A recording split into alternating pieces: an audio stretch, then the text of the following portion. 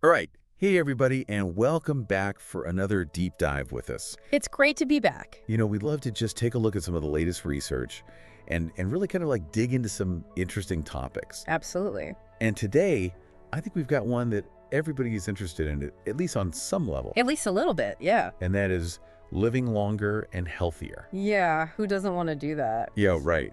Mhm. Exactly.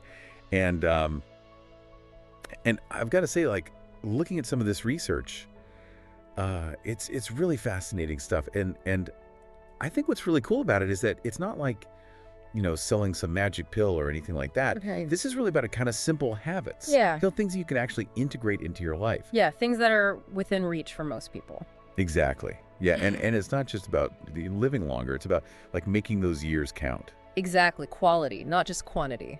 Yeah, exactly. And I think one of the things that I found really interesting, and this is kind of what hooked me when I was first looking at this research, was just the link between social networks and a lower risk of Alzheimer's. Oh, yeah. I mean, that's huge. That is huge, and it's something that more and more research is pointing to, that the strength of our social connections has a very, very real impact on brain health.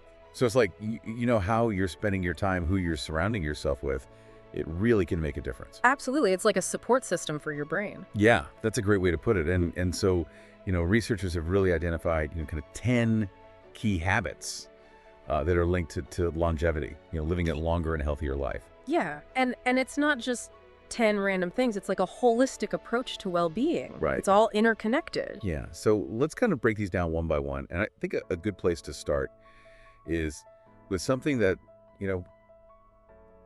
we all kind of know is important, Yeah. but, maybe we struggle with, and that is physical activity. Yeah, Yeah. for sure. So, we always hear that 150 minutes of moderate exercise per week. Right, the standard recommendation. Right. But this research goes a little bit deeper, Yeah. especially as it relates to aging. Yeah, as we get older, the type of exercise we do becomes even more important. So what are we talking about here? So strength training becomes crucial. Maintaining muscle mass helps prevent falls, keeps you independent. You can keep doing the things you love. And it's not just, the big things, even like carrying groceries, Absolutely. Everyday activities become so much easier. Yeah, it's not just about living longer, but living better. Exactly. So strength training, what about flexibility? Oh, that's huge too. Flexibility is key for range of motion, avoiding injuries. Yeah. Yoga, Pilates, even just regular stretching can make a huge difference. Imagine being able to bend down, tie your shoes well into your 80s. Yeah, that's a goal. Right. All right, so we've talked about, moving our bodies. Let's talk about fueling our bodies, what we eat. Yeah, the fuel. Balanced diet, blah, blah, blah. I mean, we've all heard it. We all know it in theory, right? Right, but this research highlighted the Mediterranean diet specifically. Yeah. So why is that? What's so special about that? Well, it's not just a list of foods, it's a way of life. Think olive oil, fresh produce, fish nuts, whole grains. Sounds delicious. It is delicious. Yeah. But the key is why these choices matter.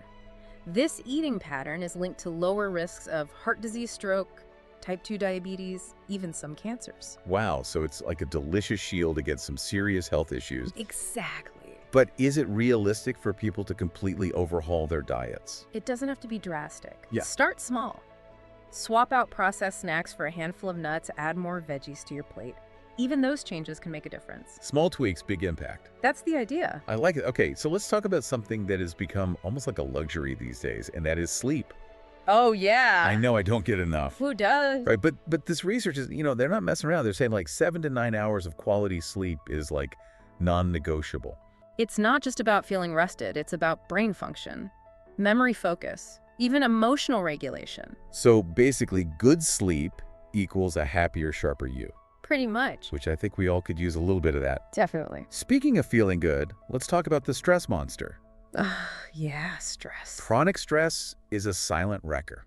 It really is. It fuels inflammation throughout the body, which sets the stage for all sorts of health problems. So finding ways to manage that stress is crucial. Absolutely crucial. But easier said than done right. I mean, life is stressful. Life is stressful. Yeah. There's no getting around that. Yeah.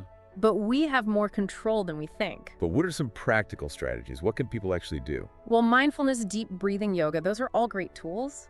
Yeah. Even something as simple as a 5-minute meditation can shift your whole mindset. 5 minutes, I can commit to that. Exactly. It's about finding those little moments in your day to hit the reset button. Okay, so we've talked about, moving our bodies, fueling our bodies, taking care of our minds. Let's talk about something that's been coming up a lot lately. Social connections. Yes. I'm an introvert, so sometimes I need a little push to kind of get out there. I hear you. But here's the thing. Strong social networks aren't just about feeling good. They actually protect our brains as we age. Really?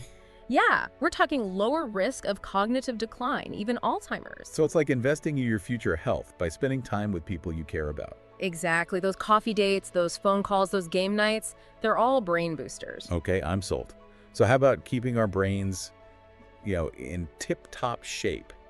Mental stimulation. What does that even look like? Our brains thrive on challenge. Think puzzles, learning a new language, picking up a musical instrument. Anything that gets those mental gears turning helps build resilience and keeps you sharp. So it's never too late to learn and grow. Never too late. I love that. Okay, switching gears a bit. This research talks a lot about the power of a positive outlook. Yeah. Is that really something we can control? It's not about being happy-go-lucky all the time. It's about resilience, about finding ways to focus on the good even when things are tough. Studies have shown a link between optimism and a longer lifespan. Wow, so we have more control over our outlook than we think. Absolutely. Okay, so I think it's time for a little reality check. Okay. Harmful habits. Right.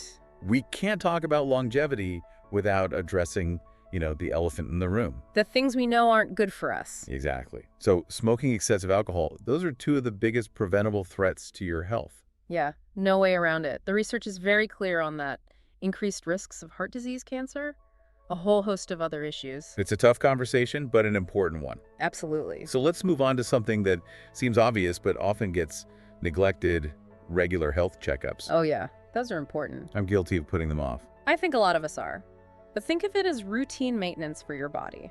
Catching things early can make a world of difference down the road. Yeah, it's about being proactive, not reactive. All right, and finally we come to something that I think really resonates with a lot of people: purpose and meaning. Ah, yes, finding your why. So what does the research say about that? It's about finding what gives your life direction a sense of value. It could be your work, your relationships, your passions, anything that makes you feel like you're contributing and making a difference. This whole deep dive has been so eye-opening. It's clear that longevity isn't about one magic bullet, but a whole bunch of little things that add up over time. Exactly. It's about stacking the deck in your favor, making choices that support your well-being in all areas of your life. It's a journey, not a destination.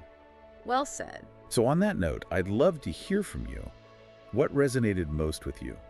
What one small change can you make today to start living a longer, healthier, more fulfilling life? Thanks for joining us Thanks, everyone. for another deep dive. See you next time.